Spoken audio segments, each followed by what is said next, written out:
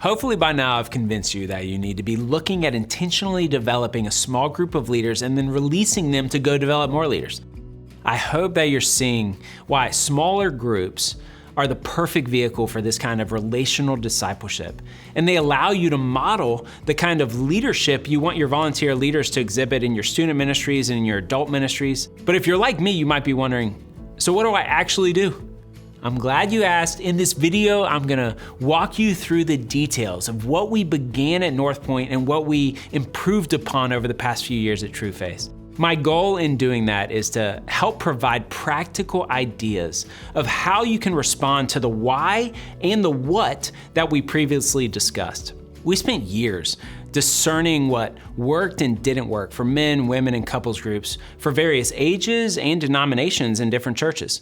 We distilled what we learned into a module-based journey that captured the secret sauce and the best practices. And in addition, we'll be providing links to training videos, details of our 9-month framework, and everything else you need for ideas in developing an initiative. After my time leading the adult ministry environments at North Point, I transitioned to a 27-year-old ministry called Trueface. Trueface equips churches to help their people experience deeper relationships with God and others. That's why we've spent the past few years packaging all of what I learned at North Point into an initiative called the Trueface Journey to help more and more churches develop a pipeline of leaders. And in case you're thinking, okay, here's the bait and switch, everything we're offering is completely free. We thought the best way we can equip you to develop your leadership or discipleship initiative is to provide our example as a baseline to learn from, to use, or rebuild in your own context. We've helped churches white label this and call it something connected to their church. We don't care. As long as more men and women are falling in love with Jesus and more men and women are intentionally investing in others to do the same.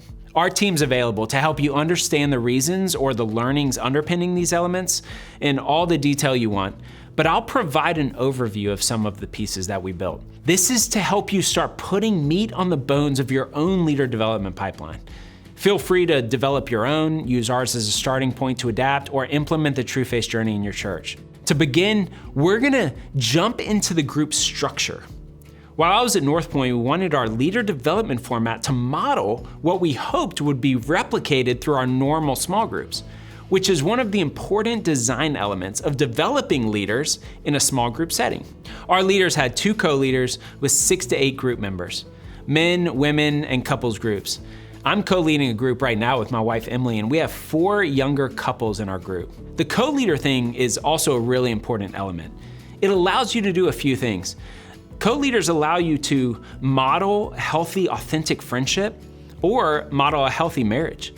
They allow us to divide and conquer, to share the load in order to increase the quality of the group facilitation and to share the burden. Our small group leaders who had a co-leader showed greater longevity and commitment as they were leading groups.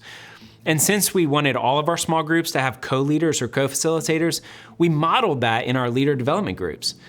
In my case, for my men's groups, I somehow convinced my lead pastor, Clay Scroggins, to try this out, and he co-led a couple years of groups with me. So once we had the leaders in place, we then had to figure out how to fill these groups with future and potential leaders.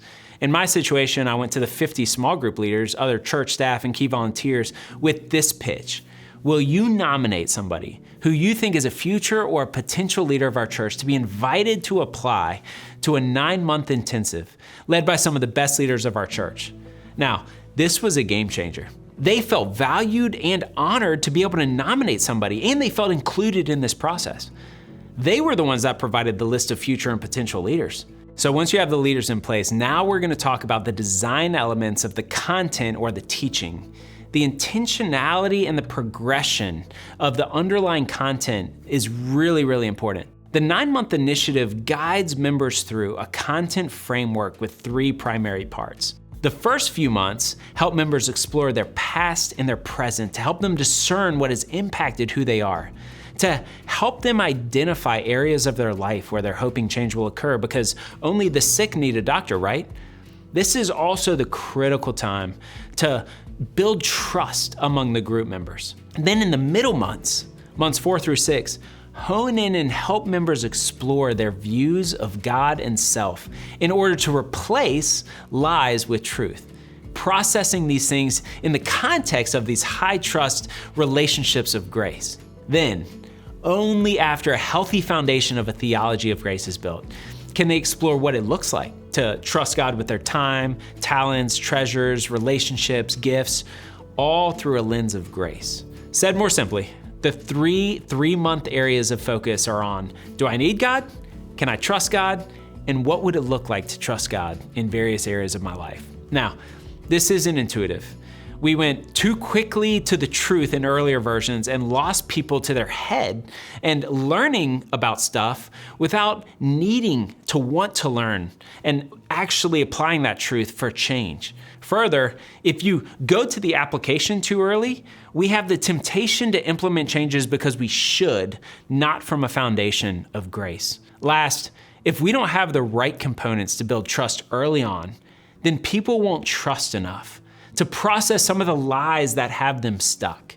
Finally, let's look at some logistics: the group meeting, the content, extra meetings, and the retreat. First, let's talk about the group meeting. We found the best cadence was for groups to meet once a month for 3 hours. This gives us enough time for reflection and reading and assignments in between sessions, but then enough time when we're together to process those things and what we're learning. It also allows space in between the monthly meetings for socials and one-on-ones with leaders and between group members. Further, since we developed this initiative as a leader development pipeline, one of the important design elements of the meetings being once a month is so that the group members could stay in their current weekly small groups. This monthly group was able to serve as a supplemental leader development initiative and not compete with the normal small group. We have template agendas to give you an idea of what the 3-hour breakdown looks like, but I want to move on to the content. Each month, in between sessions, we have introspective and relational assignments in addition to some book readings. This means that every month, we spend time learning, reflecting personally, and then engaging in an assignment that requires us to relationally connect with somebody else. These lay counseling type assignments help us apply truth where it matters, not just learn about truth in our heads. Over the 9 months, we also read the 5 to 6 books, pulling in wisdom from other people that touch on the core themes underpinning each month, giving us a deeper resource to wrestle with and reflect on in between meetings. You can see the overview that we found to be the most effective in the attached documents, but I also want to talk about the extra meetings outside the monthly meeting.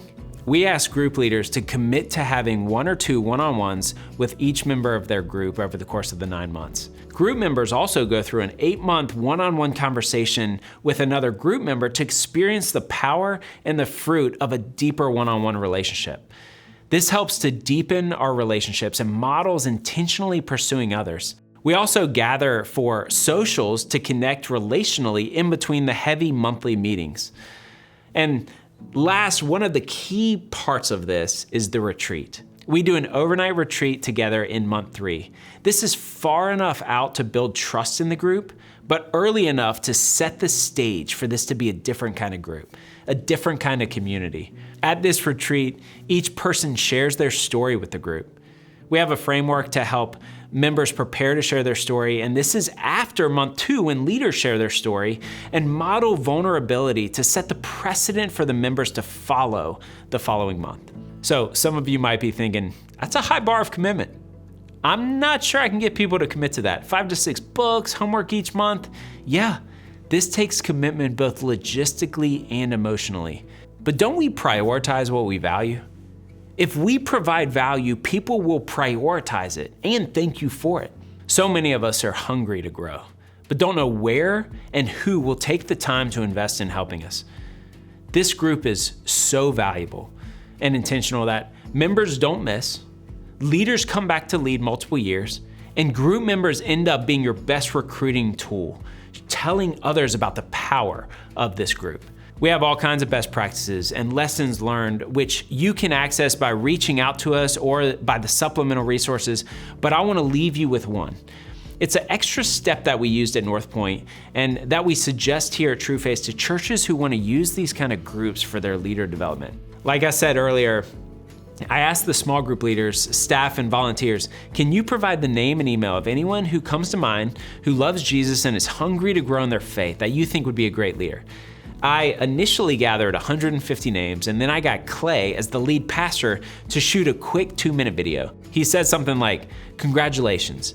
I was given your name by someone who thinks of you as a future or potential leader of our church. They nominated you to be invited to apply to an invitation-only group led by some of the strongest leaders in our church." He followed up with a few details, a link to a simple application due by a certain date, and then he sent a follow-up email 48 hours before the application was due. Imagine getting that email from your pastor.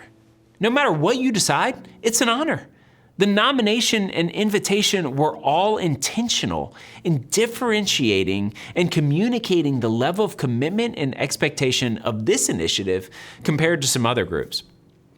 And the application differentiated the level of expectation and commitment to this group compared to a normal small group environment.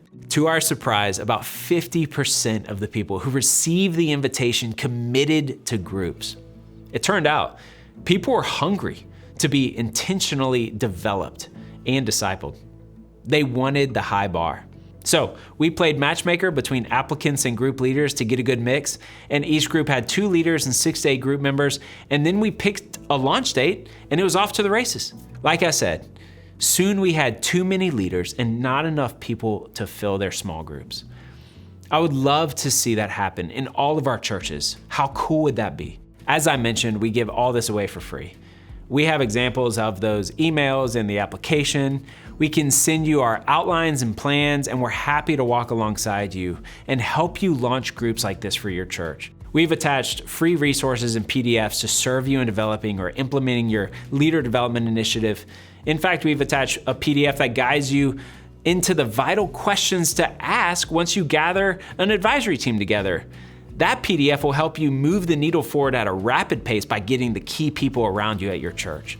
Here at Trueface, our passion is to help people experience deeper relationships with God and others. And so far, this is the best way we've found. So jump in, give it a try, spend more time with fewer people. And remember that you can't model what you haven't actually experienced. And more than anything, trust God. Trust Him with your people, your future leaders, your church. Trust Him with you, your weaknesses, your strengths. Trust that He's working. And all this is the fun that we get to have as we come along with Him in this kingdom work.